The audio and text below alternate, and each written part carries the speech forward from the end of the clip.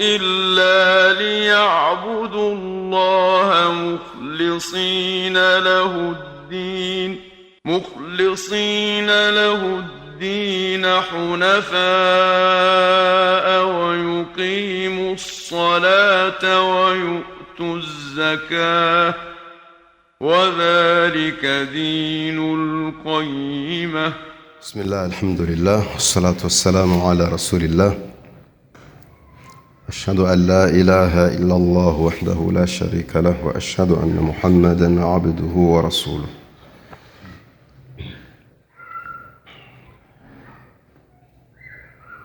اللهم اهدنا واهد بنا، إنك تهدي من تشاء إلى صراط مستقيم. اللهم اغفر لنا ذنوبنا، ما قدمنا ما أخرنا، أنت المقدم وأنت المؤخر، ولا إله إلا أنت سبحانك إنا كنا من الظالمين. السلام عليكم ورحمة الله وبركاته. وعليكم السلام ورحمة الله وبركاته. Esses irmãos, eu fui convidado pela direção para, sempre que possível, dar palestras aqui depois do Maghrib, aos sábados, inshallah. Eu espero que isso seja do vosso inteiro agrado também, que não seja simplesmente a direção, vocês também estejam à vontade com isso. Na verdade, as nossas palestras serão em forma de aulas, ou seja, vamos dar segmento. Cada palestra será continuidade ou continuação da palestra anterior, e isso vai fazer com que as palestras pareçam aulas.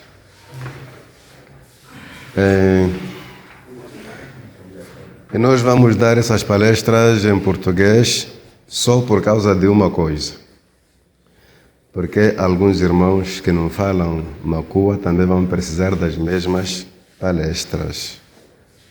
Então espero que isso também não seja algo constrangedor para vocês.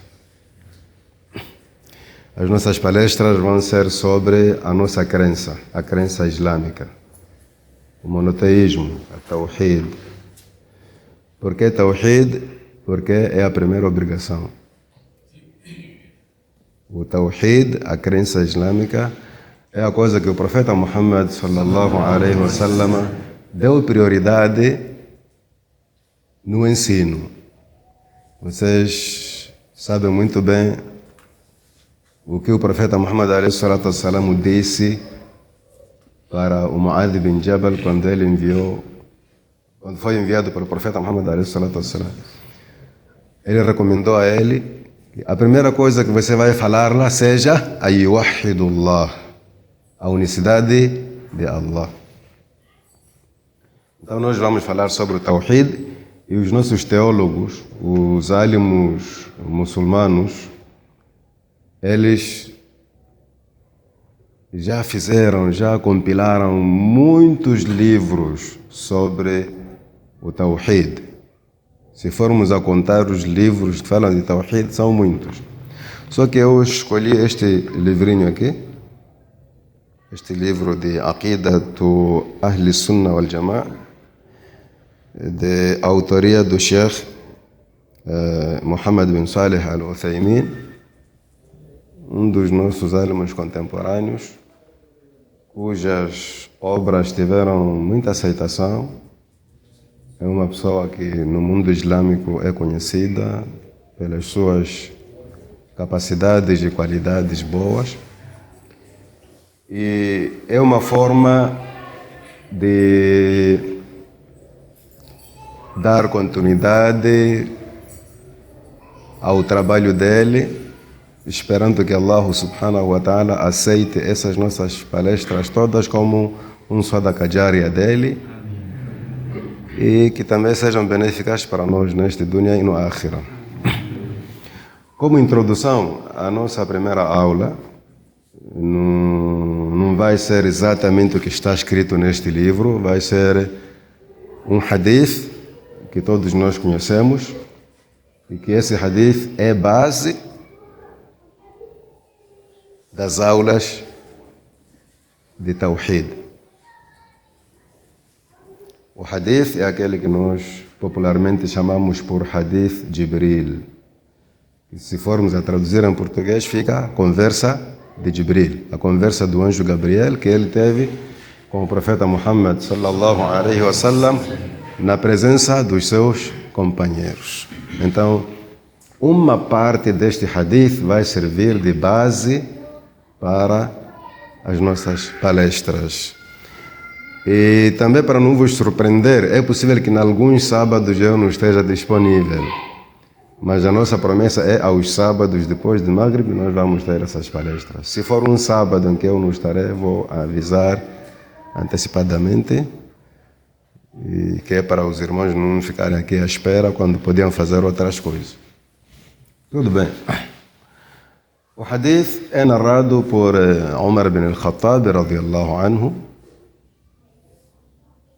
Ele conta, ele narra o que aconteceu naquele dia e começa por dizer: بينما نحن جلوس عند رسول الله صلى الله عليه وسلم ذات يوم. Dia nós estivemos sentados diante do profeta Muhammad sallallahu alaihi wasallam. Esta sentada era normal, era uma assembleia normal do profeta Muhammad alaihi salatu wassalam. Nós sabemos que era costume do profeta Muhammad alaihi salatu wassalam, depois do Salatul Fajr, ninguém saía da mesquita até ouvir o que o profeta tinha a dizer.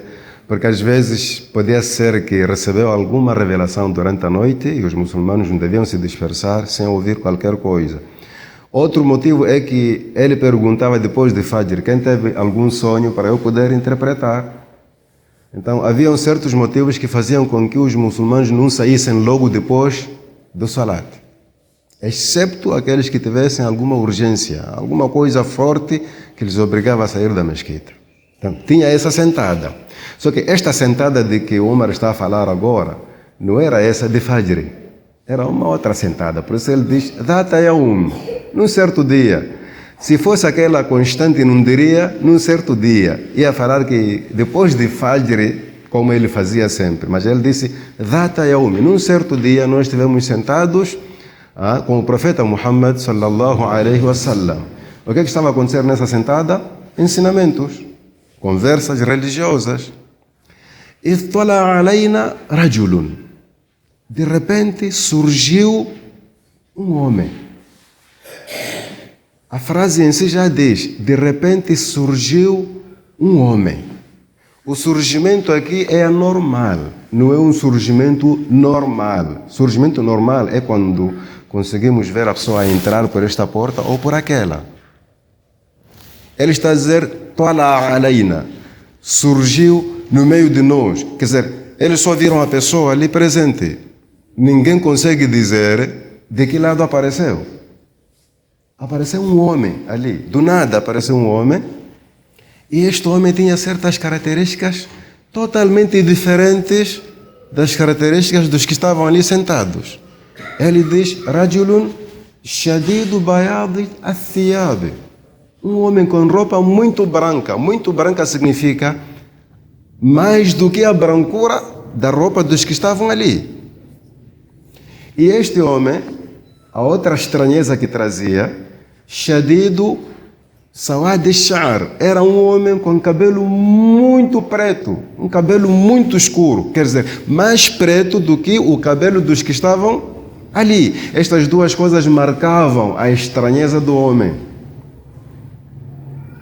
A terceira estranheza é que la yura alayhi atharu safar, não trazia nenhum sinal de viagem, porque um viajante, uma pessoa que acaba de regressar de uma viagem, se não for para casa tomar banho, vestir outra roupa, ele vai dar sinais de que esse senhor está a vir de uma viagem. Principalmente naquele tempo em que não havia carro. Hoje temos carro, você se fecha ali, pode não trazer poeira.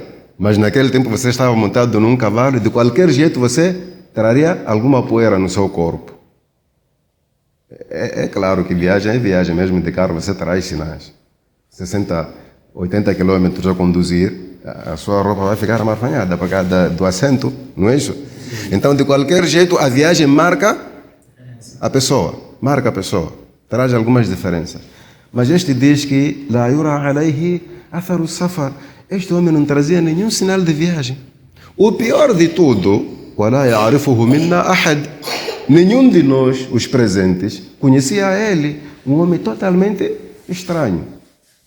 A roupa muito branca, o cabelo muito preto, não traz sinais de viagem e ninguém lhe conhece.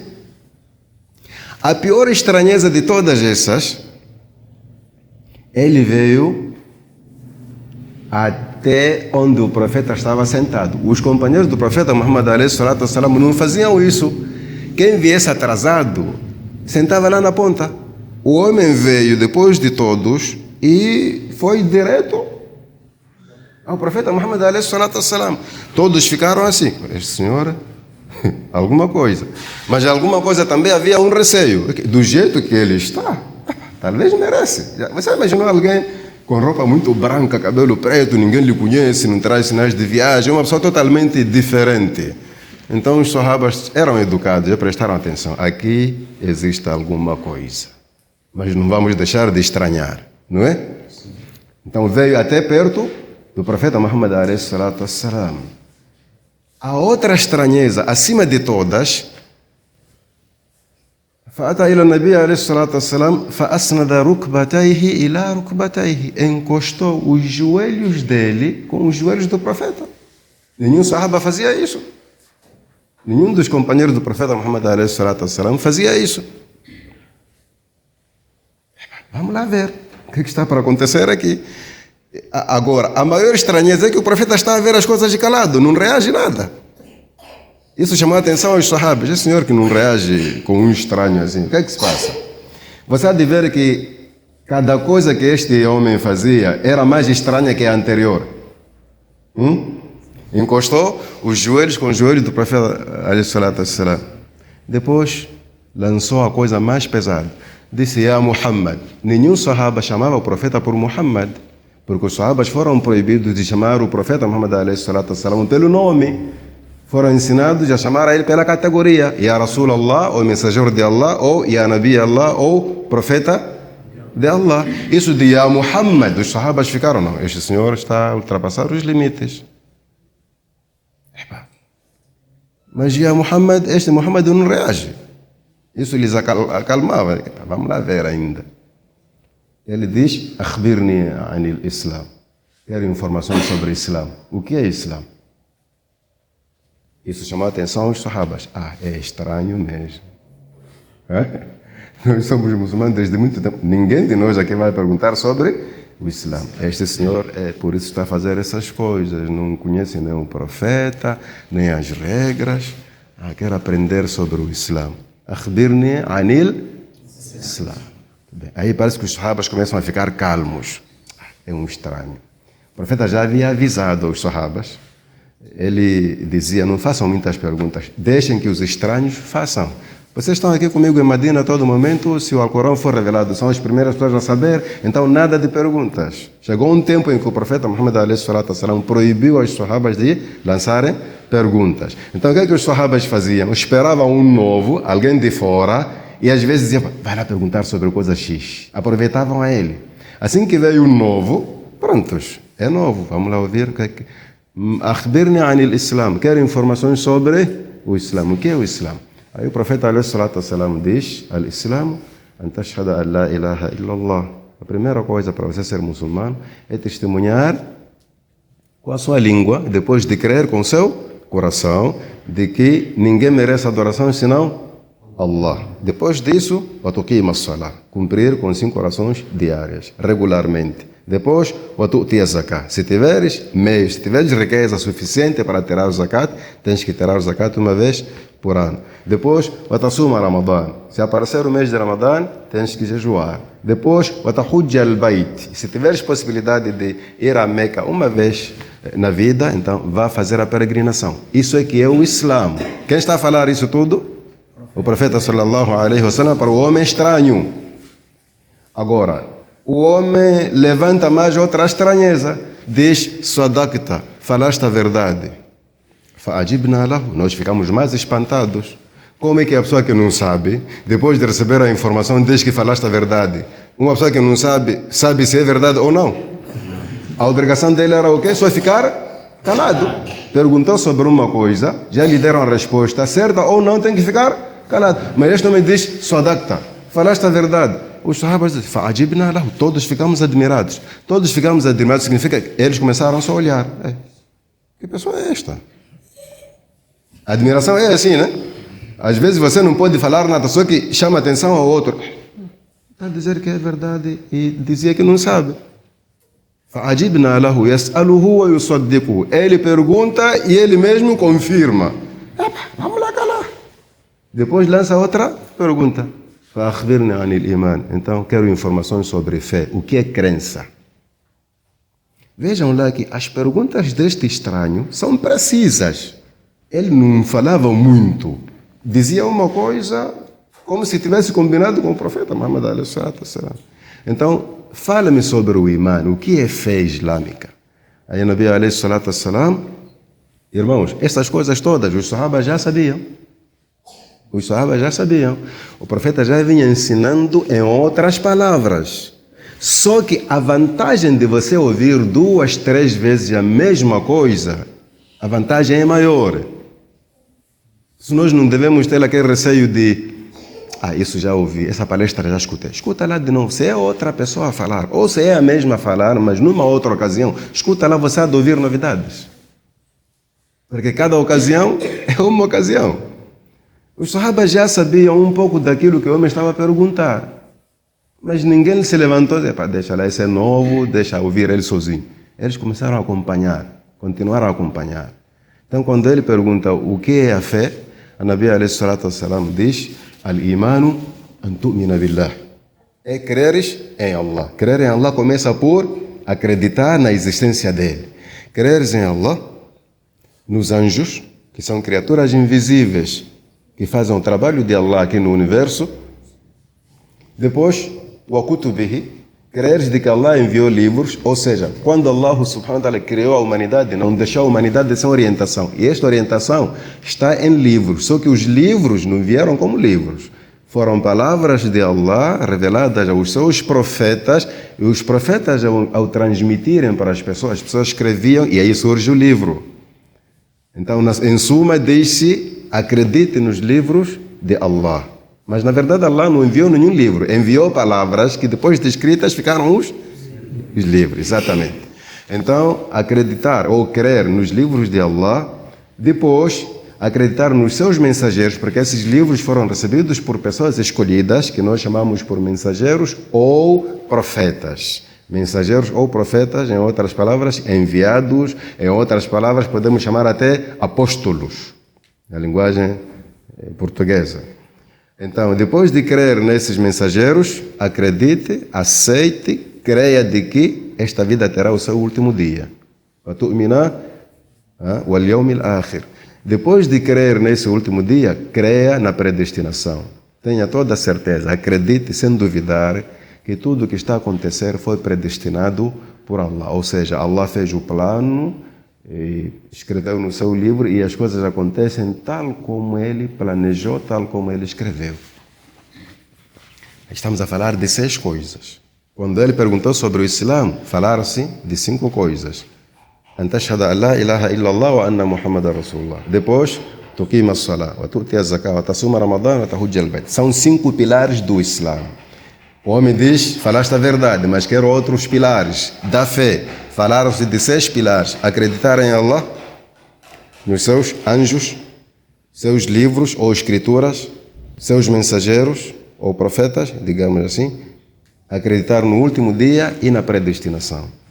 Então nós estamos a falar aqui de 5 artigos do Islã e 6 artigos da fé. Em outras palavras, 5 pilares da religião islâmica e 6 pilares da crença islâmica. O hadith é longo, nós vamos nos focar mais nestes 6 pilares, está? O hadith é longo, porque depois ele disse, sadaqta, falaste a verdade. Aí os sahabas ficaram cansados de dizer, você está sempre a estranhar este homem. Ali o Islã disse, sadaqta, agora também falaste a verdade, aqui é alguma coisa. O assunto foi, como vocês já devem estar a saber. No fim, o homem saiu dali. Ele só soube sair depois de afastar-se das pessoas, desapareceu. Ninguém sabe dizer para onde foi. Do mesmo jeito que veio, foi assim. Então continua a ser um homem estranho nas palavras e nas ações. Agora, qual é o cenário aqui? Vamos esperar este senhor com quem estava a conversar. O Nabi alayhi salatu wassalam estava a controlar a eles do jeito que olhavam para o homem, do jeito que se olhavam quando ele dizia sadaqta, e ele viu que esses estão atrapalhados. Por isso não deixou que eles perguntassem. Foi ele que disse. Chamou o mais atento, a pessoa que estava mais preocupada. É a Umar. A pessoa que estava mais preocupada. Sabem por quê? Havia muitos sahabis ali. Não é que os outros não eram inteligentes. Só que este senhor, como o profeta disse, Hada rajulun la yuhibbul batil. Ele não gostava de falsidade. Você não podia fazer brincadeiras diante do profeta Muhammad enquanto ele estivesse ali a ver. Você corria risco de levar porrada ou mesmo uma espada. Então ele soube que este vai arranjar assunto. Então tem que ir com ele. Ya Umar, atadri man sa'il, você conhece aquele, como se os outros conhecessem, não é? Na sala de aula, se o professor pergunta a um certo aluno, João, percebeste? Será que os outros perceberam? Não, é que aqui existe alguma coisa com João. Parece que é o homem que demora de perceber, não é?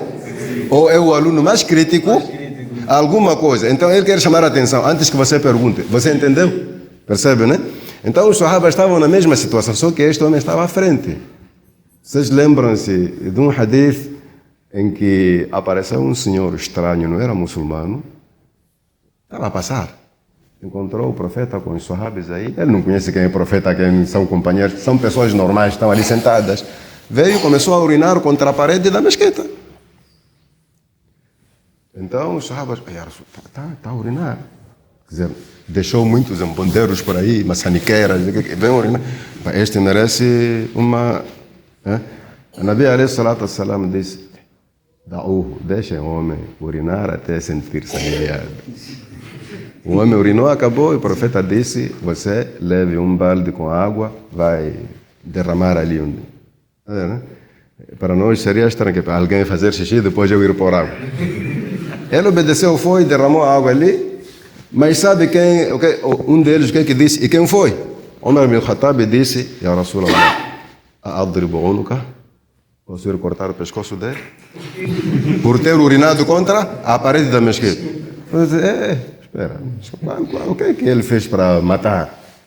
Então o profeta sabia que quando aparecessem estranhos, com coisas estranhas, a pessoa mais estranha era Omar. Então perguntou a ele, Omar, atadri man sa'il, tu conheces este que veio aqui fazer interrogatórios? Esse que andou a me perguntar, tu conheces? Ele e os companheiros todos disseram, Allahu wa Rasuluhu a'lam. Essa era a resposta inteligente dos sahabas. Quando o profeta perguntava uma coisa, mesmo que eles tivessem algum conhecimento, preferiam deixar a resposta para o profeta para ter um ensinamento limpo, em vez de dizer, sim, eu conheço, aquele senhor vive no bairro X, trabalhava no lugar X. Não, eles diziam, Allahu wa Rasuluhu a'lam. Allah e seu mensageiro é quem tem conhecimento sobre isto. Ou seja, Allah é que sabe. Depois de Allah só vai dizer ao seu mensageiro. O mensageiro que pode nos dizer. Aí disse, aquele é o anjo Gabriel.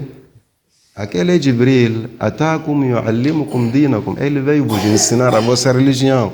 Ele veio vos ensinar com as perguntas que ele fez, que era para ouvirem minhas respostas. E ele dizia sadaqta, para vocês terem certeza que o que eu falo vem de Allah. Ele vinha vos ensinar a vossa religião, ou seja, o Islã e o Iman. Eu não vou detalhar todo o hadith, apenas queria dizer que as nossas palestras vão se basear neste hadith, nesta parte, neste trecho do hadith, onde ele fala da fé, a crença islâmica. Mas nós podemos ter algumas vantagens deste hadith, já que a primeira aula não será hoje, inshallah. Uma das vantagens deste hadith, nós ficamos a aprender que você não acha que todos os calados estranhos não sabem nada. Não se engane com isso.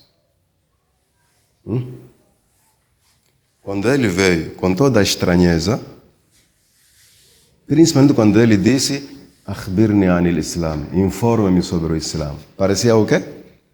Alguém que não sabe nada. Há vezes que os mais sábios fazem perguntas para beneficiar a maioria. Como quem diz, estes que estão sentados aqui não entendem nada, então vou provocar um assunto para eles aprenderem. Então temos que ter cuidado com pessoas que vêm, sentam de lado, parece que não estão a apanhar nada. Cuidado.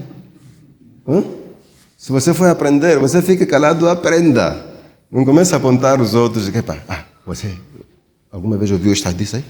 Eu já ouvi 3 vezes. Se calhar ele já ouviu 50. O Jibril veio aqui, primeiro como alguém que não sabe nada. E o pior de tudo é que ele veio na forma humana. Era um ser humano perfeito. Simplesmente por dentro era um anjo.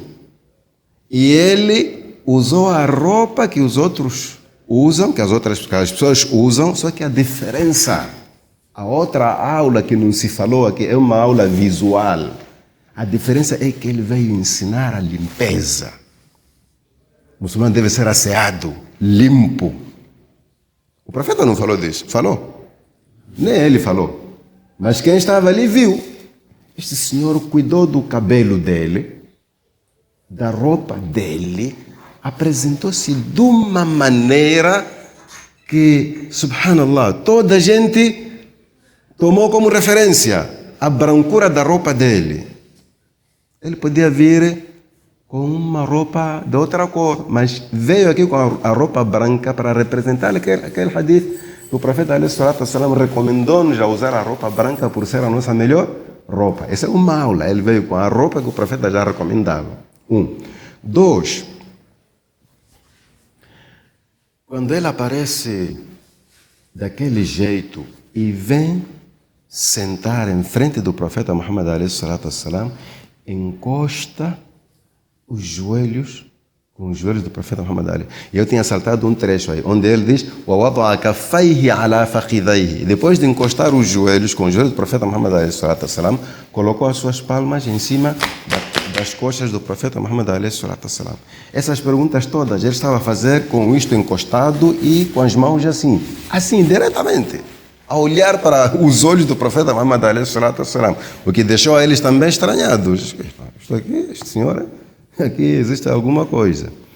Mas qual era o segredo desta aproximação toda? Se eu for a perguntar a você, você tem amigos, tem colegas, lá no trabalho tem diretor, com quem você brinca, diretor ou colega?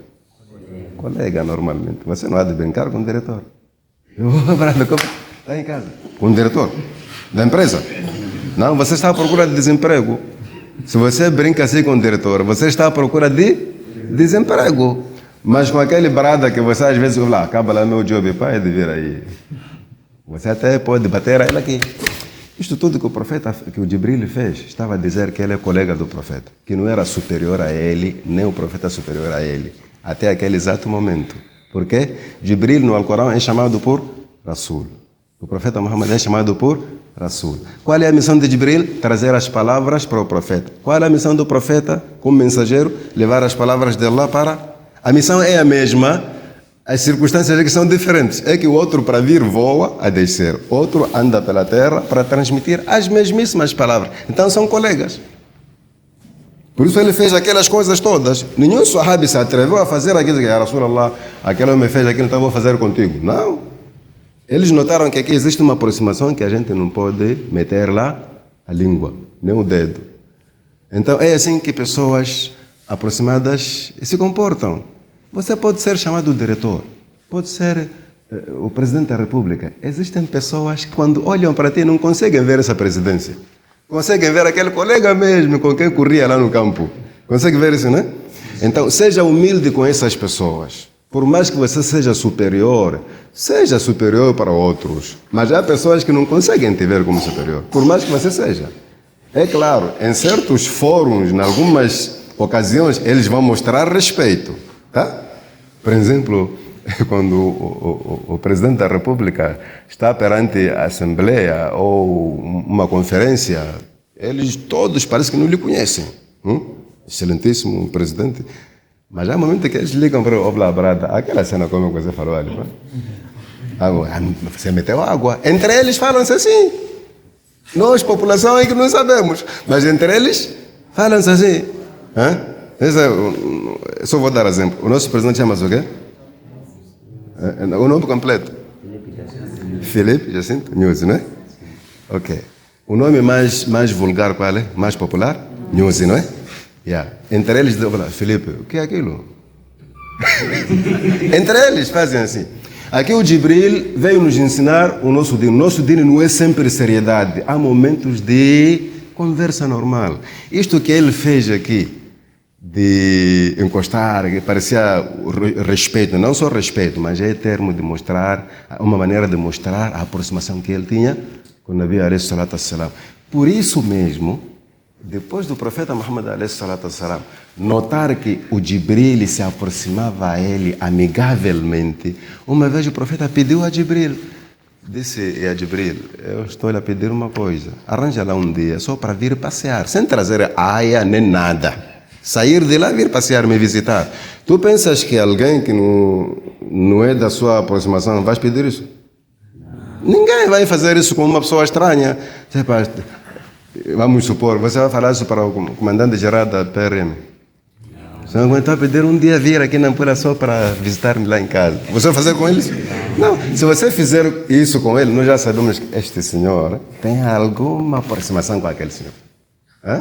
Então, a Nabi alayhi salatu wassalam, uma vez pediu ao profeta, ao Jibril, ao anjo Gabriel, peço uma visita amigável, sem aia nem nada, venha só me visitar. Aí Jibril sentiu-se comprometido. Este ainda não me conhece. Tipo, somos colegas, mas ainda não conhece a minha obrigação. Não foi o Jibril que respondeu, Allah que respondeu em forma de versículo. Informa a ele que nós anjos não descemos sem ordem de Allah. Não é você dizer, vem me visitar. Informa o Muhammad que nós não descemos de qualquer maneira. Quer dizer, peça a Allah para me permitir vir te visitar. Aqui a coisa é outra, né? Mas Allah acabou permitindo ao Jibril. Naquele exato dia que ele pediu, o Jibril veio, na hora combinada. Só que o Jibril não entrou em casa dele. Não entrou na casa do profeta Muhammad alayhi salatu wassalam. E o profeta lá dentro ficou assim. Como é possível? Jibril prometer e faltar a sua promessa? Não é possível. Nós que somos pessoas, mensageiros de Allah, não contrariamos a nossa promessa. O que é que vai ser de um anjo? O que é que se passou? Será que Allah mudou de opinião? O que é que não vai mais? O que é que está a se passar aqui? Afinal, Jibril já estava lá na hora. O que é que lhe impedia? No quarto do profeta Muhammad alayhi salatu wassalam, talvez embaixo da cama, alguma coisa, estava lá um cachorro, um cão pequeno. E os anjos não entram em casas onde tem cão. Aí do nada, enquanto o profeta estava preocupado, de repente saiu aquele cachorro e este senhor, onde é que está? Vimos assim mesmo. Aí logo apareceu o Jibril, disse, eu cheguei há muito tempo, esse é que me impedia, eu não entro numa casa onde existem esse tipo de criaturas. Não é a história que eu estou a querer contar, é o nível de aproximação entre Jibril e o profeta Muhammad alayhi salatu wassalam, que fez com que ele fizesse aquelas manobras todas de vir deixar. O profeta ensinou aos sahabas. Lembram-se daquela história de 3 homens que vieram enquanto o profeta estava a dar palestra. Apareceram 3 homens. Um procurou um furo, um lugar vazio, e deu voltas, sentou no meio das pessoas. Outro olhou, não tem como, vou sentar aqui na ponta. Sentou lá na extremidade. O outro disse, não há espaço aqui, vou-me embora. Foi embora. Os sahabas que chegaram cedo viram aquilo. Aí o profeta Muhammad alayhi salatu wassalam disse, posso vos contar o que aconteceu? Posso vos falar sobre esses 3?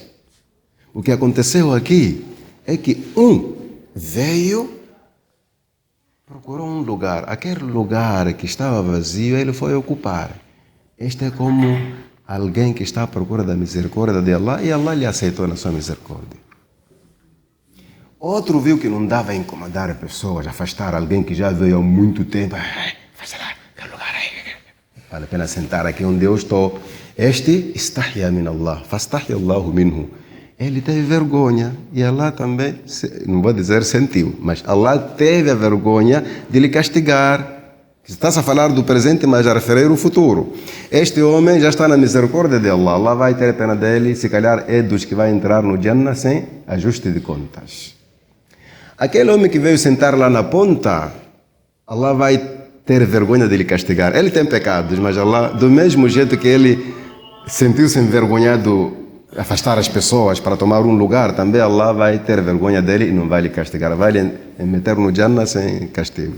Aquele senhor viu e menosprezou. Achou que não tinha interesse e foi embora. Também Allah não terá interesse dele. No dia de Qiyamah vai lhe meter no inferno sem lhe procurar saber o que fez essas coisas todas. Sallallahu alaihi wasallam. O que significa isso? Significa que os sahabas já tinham essa educação de não incomodar os outros que chegaram cedo. Tinham essa educação de sentir vergonha, afastar as pessoas. E os sahabas estavam preocupados em entrar na misericórdia de Allah. Então não seria Jibril a não saber isso. Mas Jibril fez o quê? Surgiu logo no meio das pessoas e aproximou-se ao profeta do jeito que os outros não se aproximavam. Então isso é uma aula visual. O profeta não comentou sobre isto. É uma aula visual para os que estavam ali. Que, afinal, por mais que a pessoa seja de que nível, sempre vão surgir pessoas do seu nível também, ou que vão ter aproximação. Então, nós aqui aprendemos a humildade. Você pode ser o que for na sociedade. As pessoas podem lhe chamar por qualquer nome que lhe chamam, mas sempre vão surgir pessoas que você deve descontar. Não pode exigir que todos lhe chamem por excelência. Já imaginou, você pensa que o nosso presidente, a mulher lhe chama de senhor presidente? Você pensa que a mulher dele chama senhor presidente, excelência? Lá em casa? Lá é Felipe, não gostei daquela coisa. Ué, está a falar com o presidente. Mas ele não pode exigir isso. A mulher não pode exigir. Porque o nível de aproximação é maior. Esta é uma aula que os sahabas tiveram e o profeta não comentou. Eles aprenderam. Falamos da higiene, a apresentação dele. Falamos dessas coisas todas.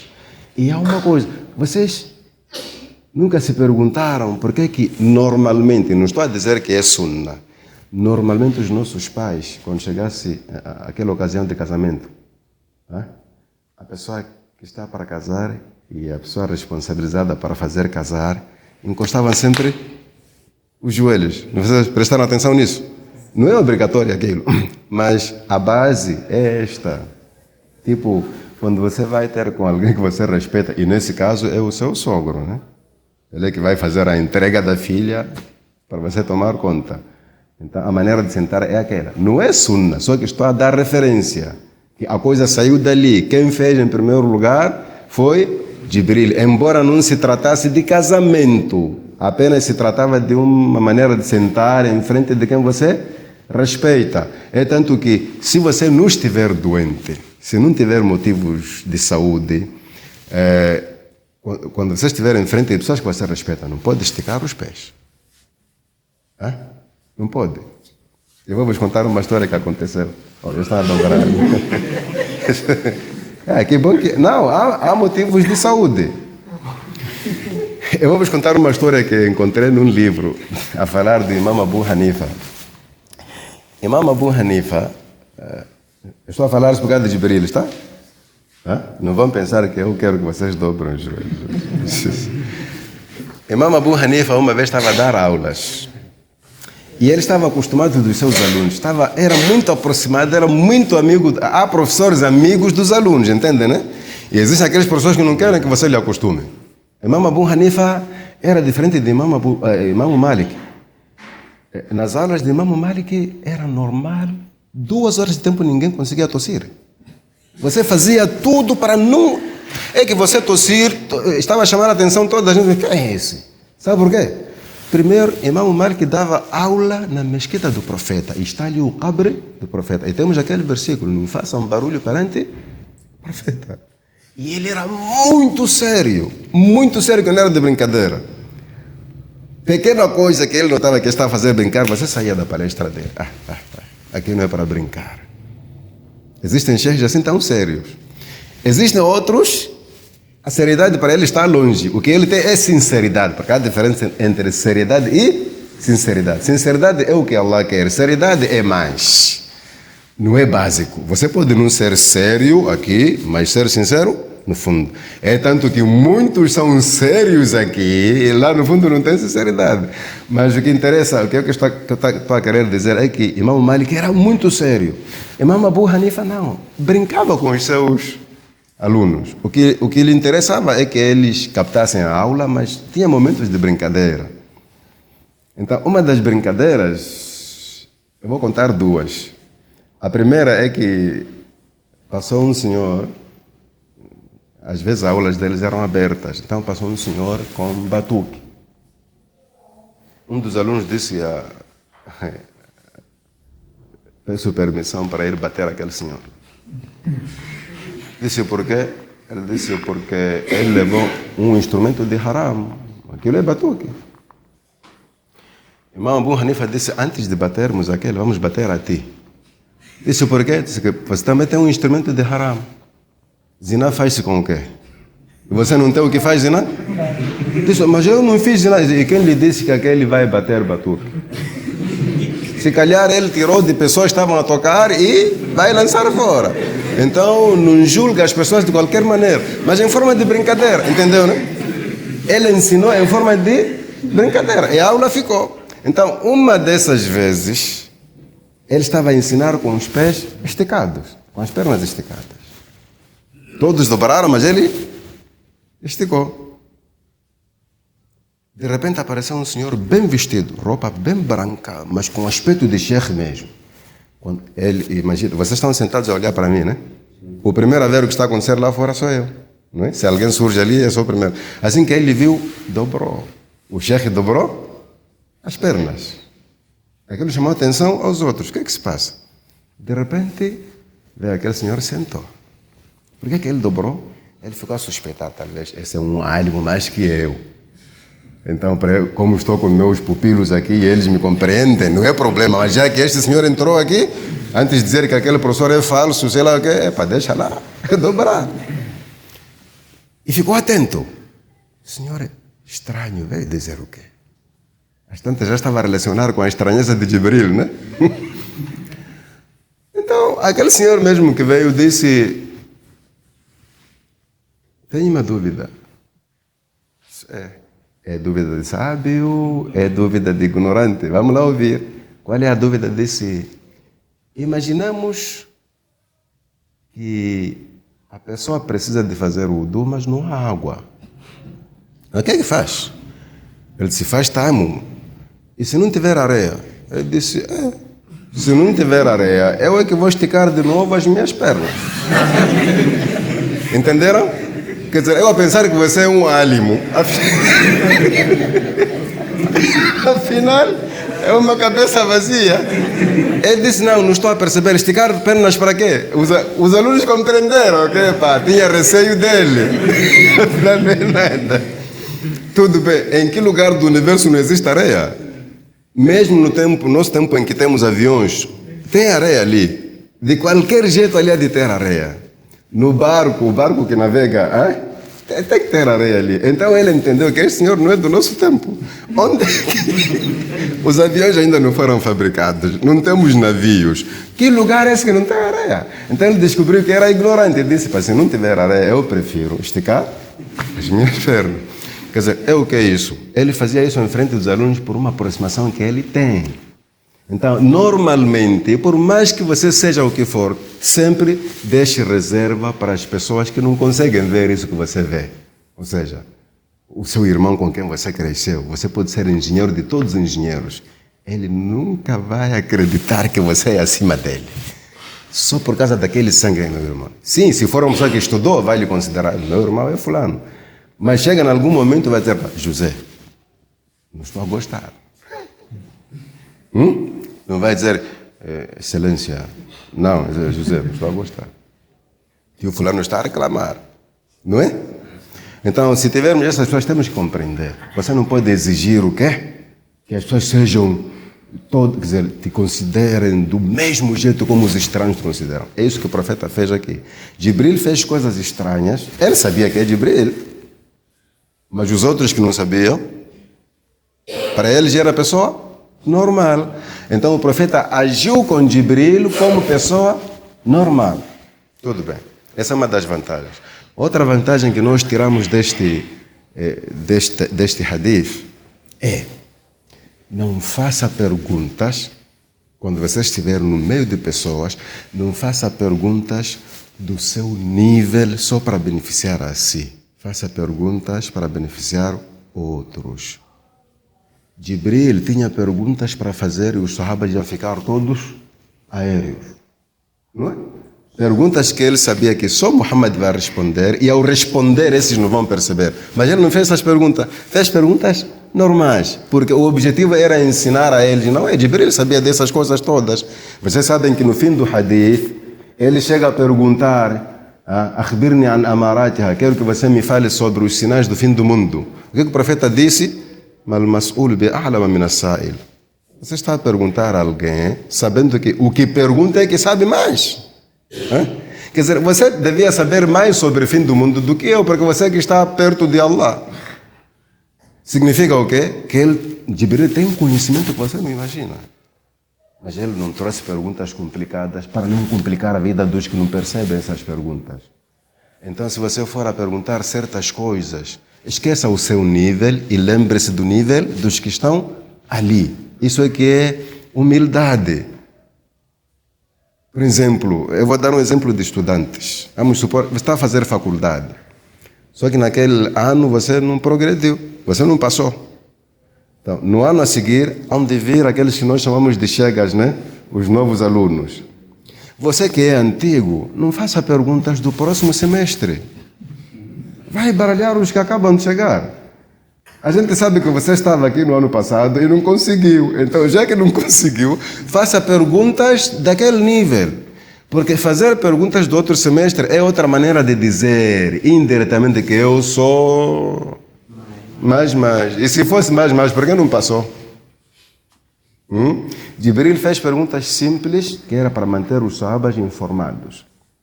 Essa é uma das vantagens que nós tiramos deste hadith. Outra vantagem é: não esconda o conhecimento. Não esconda o conhecimento. Qual é a prova disso?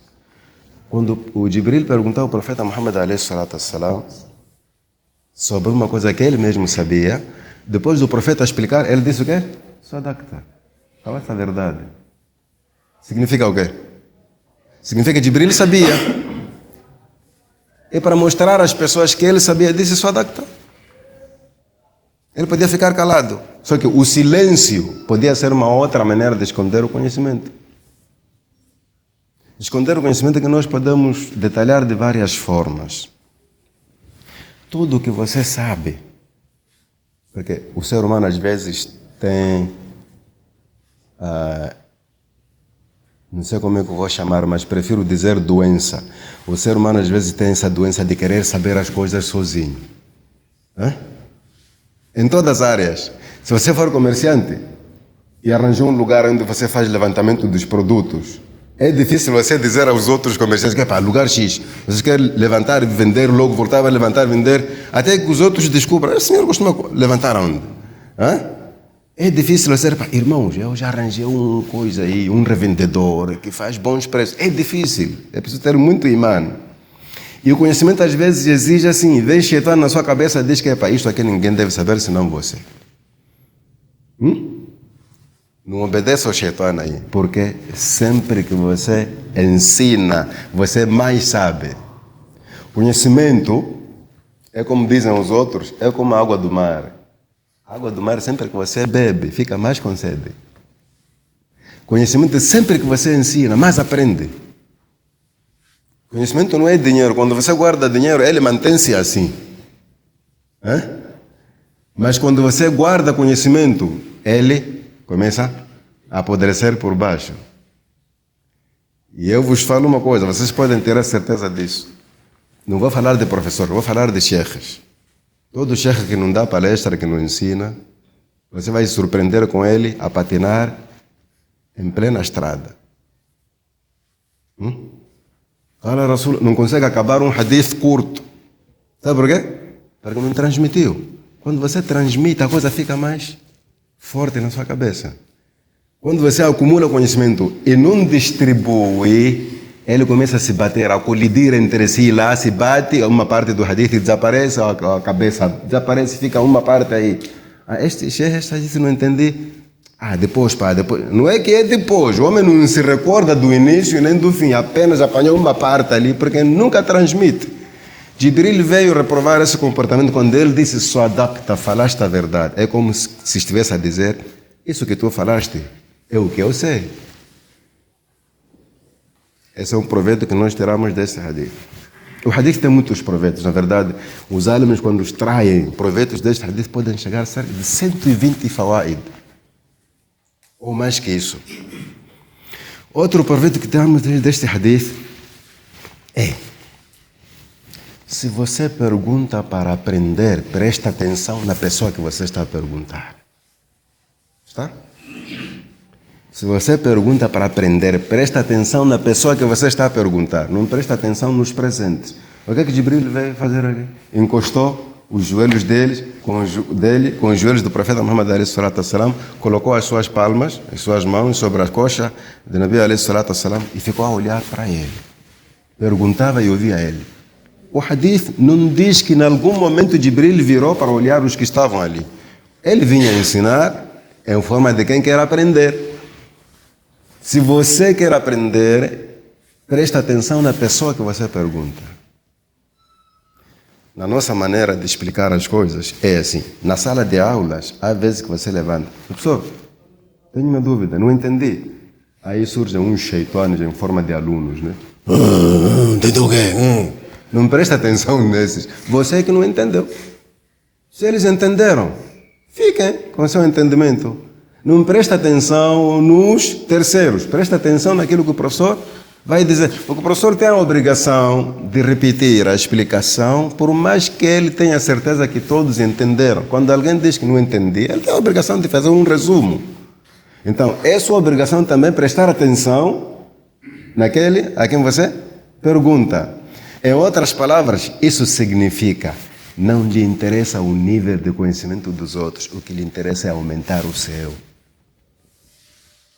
Numa sentada tem muitos com conhecimento, outros têm 55 hadith, outros têm 1000 hadith. Você tem 3. Não se preocupe com esses que têm 1000. Preocupe-se em você fazer o 4º hadith. E isso ajuda a pessoa a progredir em conhecimento. Não olhe para os que já sabem. Olhe para você que não sabe e vai perguntar. Se você perguntar, isso já sabemos, vamos te explicar. Se vocês pudessem me explicar, eu não viria aqui. Já teriam me explicado há muito tempo. Então presta atenção como Jibril prestou atenção ao profeta Muhammad alayhi salatu wassalam. Isso é uma das vantagens. Chegou o tempo de Adhan, né? Se chegou, podem fazer. Então,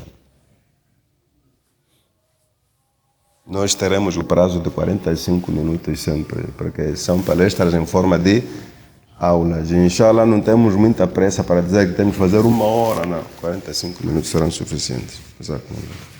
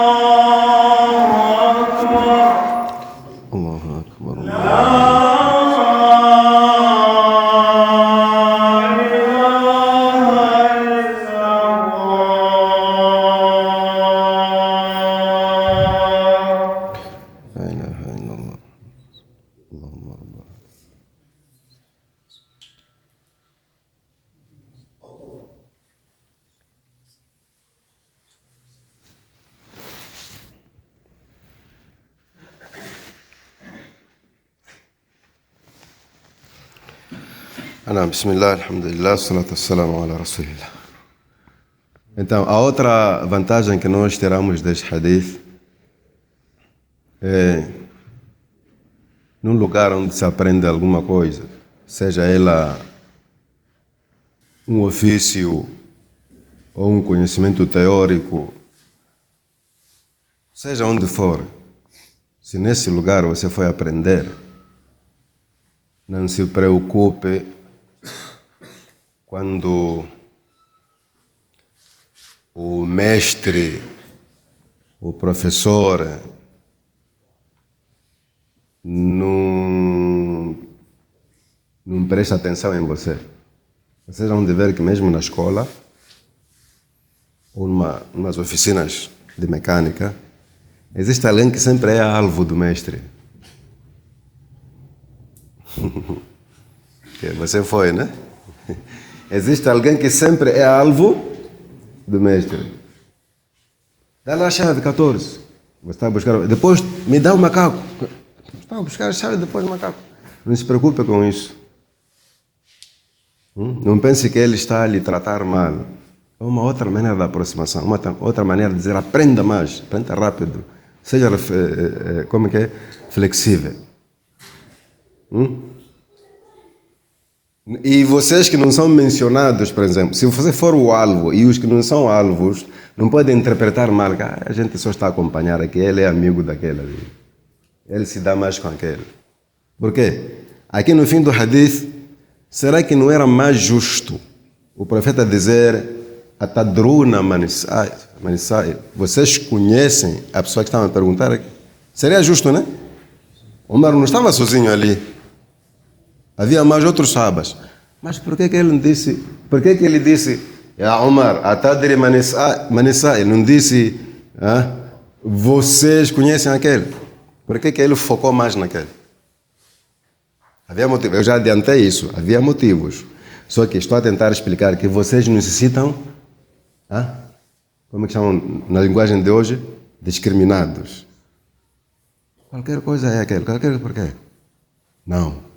Pode ser que, neste caso, o mestre ou o professor, ou esse que está na vossa frente, notou que vocês entenderam e só faltava aquele. Pode ser. Mas também temos outro princípio. Onde existe muita gente, existem pessoas de referência. Existem aqueles que na linguagem de brincadeira chamamos de cabeçudos, né? Conhecem quem são cabeçudos? Cabeçudos, na linguagem normal, é a pessoa que tem cabeça grande. Mas o que eu estou a dizer aqui, cabeçudos são pessoas infalíveis. Qualquer assunto cai na cabeça dele. Até em Macua nós falamos assim.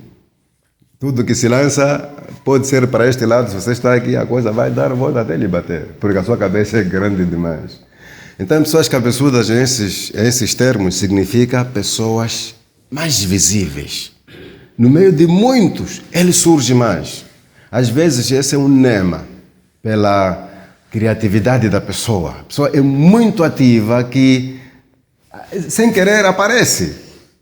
Às vezes, nós acusamos outro, que ele gosta de aparecer. Não, há pessoas que, por natureza, aparecem. Você não tem como apagar aquele aparecimento dele. É muito ativo, é rápido na reflexão, qualquer coisa tem uma opinião. Elas aparecem por natureza.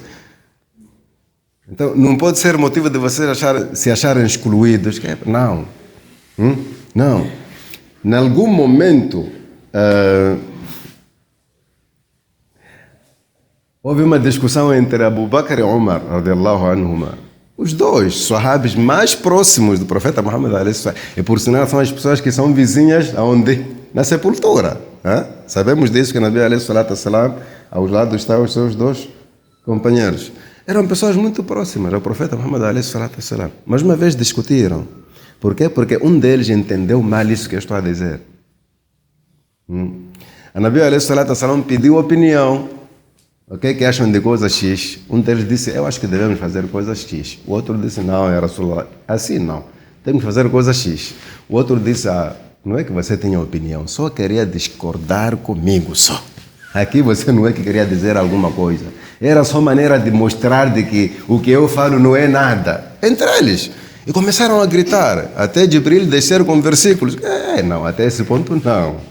Aqui vocês estão livres de tirar cada um a sua opinião, respeitar a opinião do outro. Só que em algum momento o outro sentiu-se pisado. Não, esta opinião não é pacífica. Você só falou isso para me contrariar. Então é normal você pensar mal do outro, mas o que eu estou a dizer agora é que não se sintam assim sempre que numa sentada, num lugar onde se aprende, se calhar o professor ou o mestre foca mais numa pessoa, não é para você perder o interesse, que não, aqui nós só viemos como acompanhantes, quem está a aprender aqui é fulano. Não, continue, não é possível, ele é ser humano, ele não vai estar sempre ali, um dia ele há de faltar, um dia não vai conseguir, um dia vai adoecer, você há de fazer o que ele faz. Só que nós como pessoas, sempre temos aquele princípio de prioridade, há vezes que damos prioridade a uma certa pessoa por certos motivos. Aprendemos isso neste hadith. Tem muitos benefícios, tem muitas fawaid, muitas vantagens neste hadith. Eu apenas queria usar este hadith, esta conversa de Jibril com o profeta Muhammad alayhi salatu wassalam, como introdução das aulas que nós vamos ter, inshallah, sobre a crença islâmica. Parece uma coisa muito simples, crença islâmica, mas acreditem, irmãos, muitos problemas que temos no comportamento como muçulmanos é falta de aqidah. É falta desta matéria aqui. Você encontra muçulmanos com 20, 30, 40 anos no Islã, está a passar mal em termos de comportamento, não consegue manter-se firme. Sabe qual é o segredo? Aqidah. As coisas têm seus segredos. A sua conduta, o seu comportamento depende do nível da sua aqidah. Aqidah quer dizer crença. Se você não estuda esta matéria, este hadith aqui, detalhado, explícito, o seu Islã sempre vai ter problemas. Você vai ter problemas consigo mesmo, vai ter problemas com Allah e vai ter problema com os outros, com falta de aqidah. Porque a palavra aqidah, ela provém de uqda. Uqda é um nó. Quando nós amarramos um nó com muita força, é difícil desatar, né? Então a aqidah é todo o conhecimento e princípios islâmicos que você tem que amarrar no seu coração para nunca mais desatar. Então, se você não tem esses princípios, tenha certeza que vai ter problemas com a sua própria fé, com o seu próprio comportamento. Não é por acaso que o profeta Muhammad alayhi salatu wassalam, ao enviar Mu'adh bin Jabal para Iêmen, ele disse: لِيَكُنْ أَوَّلْ مَا تَدْعُوهُمْ إِلَيْهِ أَنْ يُوَحِّدُوا Allah. Você está a ir para um lugar onde existem pessoas com experiência religiosa. Então, não fale nada antes de semear a aqidah. Ou seja, antes de detalhar este hadith que estamos a estudar agora. Então, é uma matéria que interessa ao muçulmano. Hoje nós temos muçulmanos que abraçou o Islã, começou a fazer salat e logo já está a ouvir palestras, não sei o que. Não tem hábito de ir à madraça para estudar a sua crença. A crença islâmica estuda-se assim como você estuda matemática, chega à fase de tabuada, depois frações, depois raiz, depois aquelas coisas todas. Imagina, se você já fez faculdade, imagina lá o seu nível de compreensão à matemática, comparar com um da primeira. Como é que você se sente? Primeira classe. A primeira... Eu não estou a dar aula de matemática aqui. Eu não sou professor, só estou a dar exemplo. Não sou professor de matemática. A primeira classe, o aluno da primeira classe já tem na mente que 1 mais 1 é igual a 2. O primeiro acidente que ele vai sofrer é quando vai chegar numa classe onde o número já tem um sinal lá atrás. Menos 1 mais 1. Quer dizer, o que é isso aqui? Este sinal sai de onde? Porque ele sabe que o primeiro número natural ali não pode ter sinal. Menos 1 mais 1 é o quê? Mas que você já passou lá, já entende o que é que está a se passar. Então, na religião islâmica, irmãos, percebam isso, sublinham isso nas vossas cabeças. Na religião islâmica, se você não estuda a fé, se você não estuda o monoteísmo, se você não estuda a aqidah, tenha certeza, você vai ter problemas até a morte da própria religião. Muitas dúvidas que nós temos, esses sheikhs nos baralham, um diz aquilo, outro diz, é problema da aqidah, você não estudou a aqidah. A aqidah é base, que lhe ajuda a distinguir as coisas. Você sem conhecimento, sem muito conhecimento, mas com informações básicas de aqida, você consegue distinguir um falso de um verdadeiro. Se aparecer um sheikh a dar palestra aqui, aparece outro, mais outro, uns 3, com a aqida você consegue ver, não. Aquele sheikh tem um problema, xixi. E na verdade tem, porque a aqida não mente. Então eu gostaria, se Allah nos der vida e saúde, convidar a todos para fazerem parte deste programa. Aos sábados, depois de Maghrib, inshallah, sempre que eu estiver disponível, estarei aqui, só para falarmos daqui. Das nossas palestras vão ser em forma de aula. E eu te prometo, inshallah, que no fim deste livro você vai notar a diferença em si mesmo. Você vai ver que tipo de muçulmano era e que muçulmano se tornou. Estou a falar para aqueles que nunca tiveram aula de aqida, não estou a incluir todos lá. Tá? Então, gostaria que vocês fossem pacientes em participar, em fazer parte destas aulas, para você sentir o seu nível de conhecimento a subir, sem muitos hadiths, sem muitos versículos, só por acompanhar o que é crença islâmica, na base de provas do Alcorão e da Sunna. E finalmente peço a Allah que facilite para nós todas essas palestras, que Allah nos dê vida e saúde e que nos dê mais compreensão e saímos beneficiados neste dunya e no akhirah. Jazakumullahu khairan wa sallallahu wa sallam ala nabina Muhammad walhamdulillahi rabbil alamin. Assalamu alaikum wa rahmatullahi.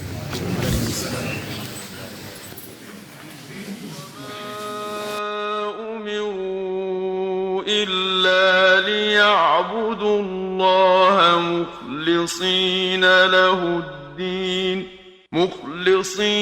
له الدين حنفاء ويقيموا الصلاة ويؤتوا الزكاة وذلك دين القيمة